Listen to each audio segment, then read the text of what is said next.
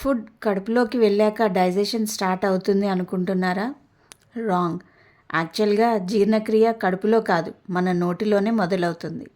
మనం ఆహారాన్ని బాగా నమిలినప్పుడు దంతాలు దాన్ని చిన్న ముక్కలుగా చేసి జీర్ణక్రియకు సిద్ధం చేస్తాయి.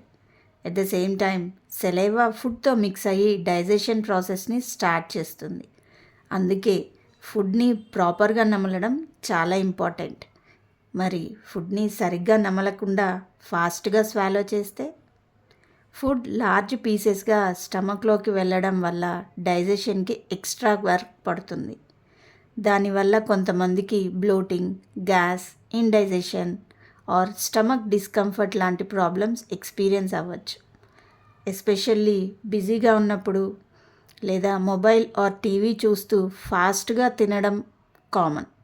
సో నెక్స్ట్ మీల్ నుంచి ఈ సింపుల్ హ్యాబిట్స్ని ట్రై చేయండి.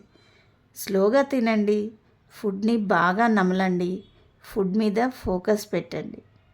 Remember, good digestion starts with good eating habits. Follow Arogya Sakhi for simple and practical gut health tips. Thank you.